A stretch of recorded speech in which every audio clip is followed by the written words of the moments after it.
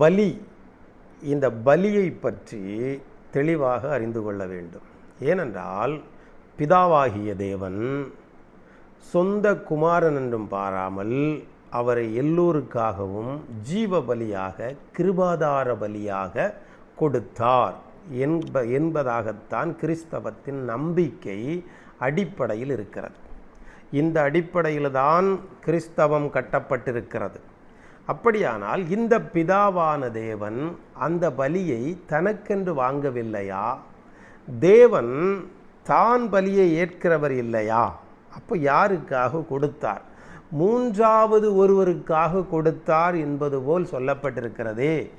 தான் ஒன்று, தன் குமாரன் 2, மூன்றாவது ஒருவருக்காக தன்னுடைய குமாரனை கொடுத்தார் என்பதாக சொல்லியிருக்கிறது.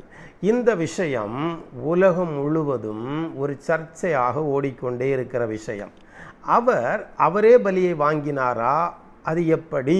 இப்படி இந்த ஒரு வார்த்தையும் வைத்துக்கொண்டு சர்ச்சைகள் ஓடி பல குழப்பங்களுக்கு அது வித்துவிட்டு கொண்டிருக்கிறது.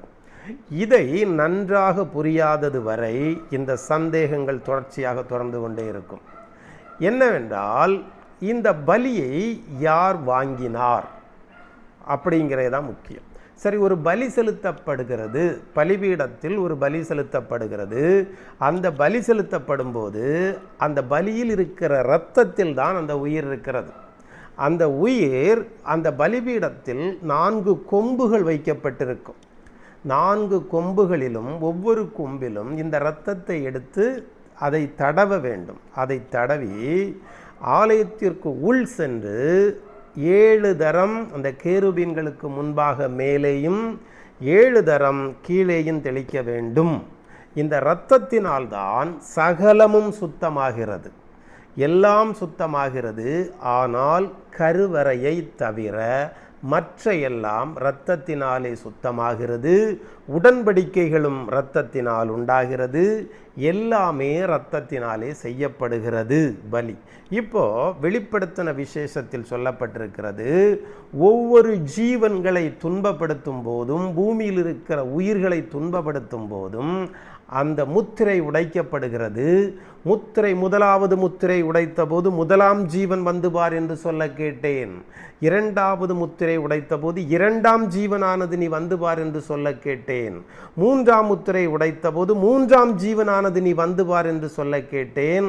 4ஆம் முத்திரை உடைத்த போது 4ஆம் ஜீவனானது வந்து பார் என்று சொல்ல கேட்டேன். 4 ஜீவன்களும் பார்த்தபோது பூமியில் இருக்கிற 1/3 பங்கு மனிதர்களை கொலை செய்யும்படியாக பசியினாலும் பட்டினினாலும் கொள்ளை நோயினாலும் யுத்தங்களினாலும் இப்படியாக கொல்லப்படும்படி இந்த ஜீவன்கள் அதிகாரம் கொடுக்கிறது. ஜீவன்கள் அதிகாரம் கொடுக்கவில்லை என்றால் பலி செலுத்த முடியாது. ஜீவன்களின் அதிகாரத்தினால்தான் பலி செலுத்தப்படுகிறது. இதனால்தான் அந்த பலிபீடத்தில் இருக்கிற 4 கொம்புகளும் 4 ஜீவன்களாக கருதப்படுகிறது. இந்த ஜீவன்களுக்கு மேல் அந்த இரத்தத்தை தெளித்து அந்த இரத்தத்தை பலிபீடத்தின் அடியிலே சிந்திவிட வேண்டும். இப்பொழுது 5ஆம் முத்திரையை உடைத்த போது 5ஆம் ஜீவன் வந்து பார் என்று சொல்ல கேட்க 5வது ஜீவன் இல்லை. அப்பொழுது எழுதப்பட்டிருக்கிறது, நான் பார்த்தபோது பலிபீடங்களை கண்டேன், அதன் கீழிலே இரத்தம் கொல்லப்பட்டவர்களுடைய ஆத்துமாக்களை கண்டேன். இயேசு கிறிஸ்துவை குறித்த சாட்சியினாலும் தேவனுடைய வசனத்தினாலும் கொல்லப்பட்டவர்களுடைய ஆத்துமாக்கள் பலிபீடத்தின் கீழே இருக்கிறது. எந்த பலியில் ஒரு உயிர்கள் பலி செலுத்தப்பட்டால் அந்த உயிர்கள் பலிபீடத்திற்கு கீழே கொண்டு போகப்படுகிறது. பின்பு அவர்கள் மகா சத்தமாக கூப்பிடுகிறார்கள், பூமியிலே எங்களை கொன்றவர்கள் மேல் எதுவரைக்கும் நீர் நியாய தீர்ப்பு செய்யாமல் இருப்பீர் என்று கேட்கிறார்கள். அப்பொழுது அவர்களுக்கு சொல்லப்படுகிறது, உங்களை போன்றவர்களுடைய தொகை நிறைவேறும் வரை பொறுமையாக இருங்கள் என்று சொல்லி அவர்களுக்கு வெள்ளை அங்கிகள் கொடுக்கப்படுகிறது. இப்படி சமாதானம் செய்யப்படுகிறது. இது ஒரு விதி. இதே போல தண்ணீர்களிலே ஊற்றுகிறார்கள் அந்த கலசத்தில் இருப்பதை. அப்பொழுது தண்ணீர்களின் தூதன் வந்து, நீர் இவைகளை செய்ய நீதி உள்ளவராயிருக்கிறீர் என்று கேட்கிறார். அங்கேயும் பலிபீடத்தின் தூதன் அங்கேயும் வருகிறார். பலிபீடத்திற்கென்று ஒரு தனியாக தூதன் வந்து, நீர் இதை செய்ய நீதியானவராக இருக்கிறீர் என்று சொல்லுகிறார். தண்ணீர்களில் உயிர் இருக்கிறது. தண்ணீரில் உயிர் இருக்கிறது, தண்ணீர்கள் இரத்தமாக மாறுகிறது. இப்படி இங்கே பார்க்கும்போது ஒரு விதி. இப்பொழுது சரி, இந்த பலி ஓகே, இயேசுவை யாருக்கு பலியாக கொடுத்தார்? அடுத்த கேள்வி. இப்போ பலியை வாங்குவது யார்? இங்கே தான் இருக்கிறது. அவர் 7ஆம் நாள் ஓய்ந்திருந்தபடியினால் அந்த நாளை ஆசீர்வதித்து அதை பரிசுத்தப்படுத்தினார். பரிசுத்தத்திற்காக, இரத்தத்தினால்தான் எல்லாம் பரிசுத்தமாகிறது. இது பரிசுத்தமாக வேண்டுமானால் பலி செலுத்த வேண்டும் என்கிற ஒரு விதி நாட்களுக்கு கொடுக்கப்பட்டவைகளாக இருக்கிறது. இந்த நாட்கள் தான் எல்லாவரையும் சுத்தப்படுத்தி ஸ்திரப்படுத்துகிறது. இந்த நாள், இந்த 7 நாளும் தான் இதை செய்கிறது. 7 நாளும் 7 தெய்வத்தினுடைய 7 ஆவிகளாக இந்த பிரபஞ்சத்தை ஆளுகிற தெய்வங்களாக இருக்கிறது.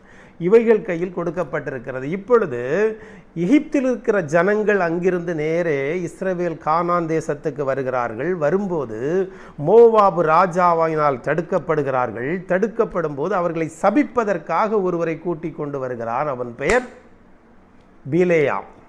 பேயூரின் குமாரனாகிய பிலேயாம். இவன் இந்த பாபிலோன் தேசத்து அருகில் இருக்கிறவன். இவன் வந்து கொடுமுடியிலே 7 பலிபீடங்களை கட்டினான். இறைவன் ஒருவர் அவருக்கு கொடுப்பதாக இருந்தால் ஒரு பலிபீடத்தை கட்ட வேண்டும். 7 பலிபீடங்களை கட்டி 7 பலிபீடத்திலும் பலியை செலுத்துகிறான். 7 பேருக்கும் செலுத்துகிறான். இங்கேதான் இவர் கிறிஸ்துவும் இதேபோல் பலி கொடுக்கப்படுகிறார். இந்த பலி அடுத்தது பாருங்கள். அப்பொழுது யோவான் பார்க்கிறார், சிங்காசனத்தின் மேல் ஒருவர் வீற்றிருக்கிறார். அவர் பார்வைக்கு வச்சிரத்தை போலவும் மரகதத்தை போலவும் பதுமராகத்தை போலவும் இருந்தார் என்கிற தெய்வத்திற்கு கையிலே அவருடைய வலது கரத்திலே ஒரு புஸ்தகம் இருக்க கண்டேன். அந்த புஸ்தகத்தை ஒருவனும் வாங்கவும் அதை திறக்கவும் அதை படிக்கவும் கூடாதிருந்தது. அப்பொழுது நான் மகா சத்தமிட்டு அழுதேன். அப்பொழுது பலமுள்ள ஒரு தூதன் என்னை நோக்கி, நீ அழாதே, யூதகோத்திரத்தின் சிங்கமும் தாவீதின் வேறுவானவர் இதை வாங்கவும் திறக்கவும் படிக்கவும் ஜெயங்கொண்டிருக்கிறார் என்று சொல்ல கேட்டேன்.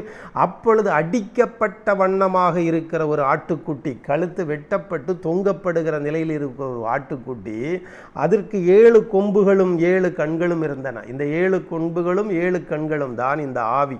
இந்த 7 பேருக்கும் தான் இவர் பலியாக கொடுக்கப்பட்டிருக்கிறார். இந்த வண்ணமாக பலி செலுத்தப்பட்டு நிற்கிறார்.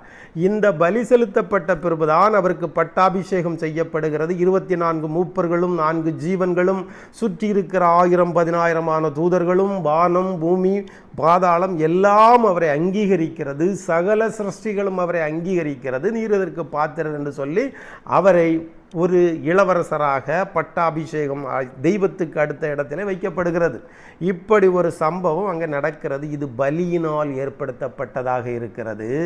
இப்படி பலியின் கீழ் இருக்கிற ஏராளமான விஷயங்களை நாம் அறிந்து கொள்ள வேண்டும். பலியினால் தான் எல்லாம் செய்யப்படுகிறவைகளாக இருக்கிறது. வானத்தின் நியமங்களை அறிவாயோ, அது பூமியை ஆளும் ஆளுகையை திட்டம் பண்ணுவாயோ என்று சொன்னபடி பரலோகத்திற்கு ஏற்ற பலிகளும் உண்டு. இப்படிப்பட்டவைகள் பரலோகத்திற்கு ஏற்ற பலிகளும் அங்கே சொல்லப்பட்டிருக்கிறது. இப்படி பலியின் கீழ், இரத்தத்தின் கீழ் ஏராளமான விஷயங்கள் தான் ஒரு ஜீவனை அடுத்த நிலைக்கு கொண்டு போகிறதா இருக்கும்படியாக சொல்லப்பட்டிருக்கிறது. தொடர்ந்து பார்க்க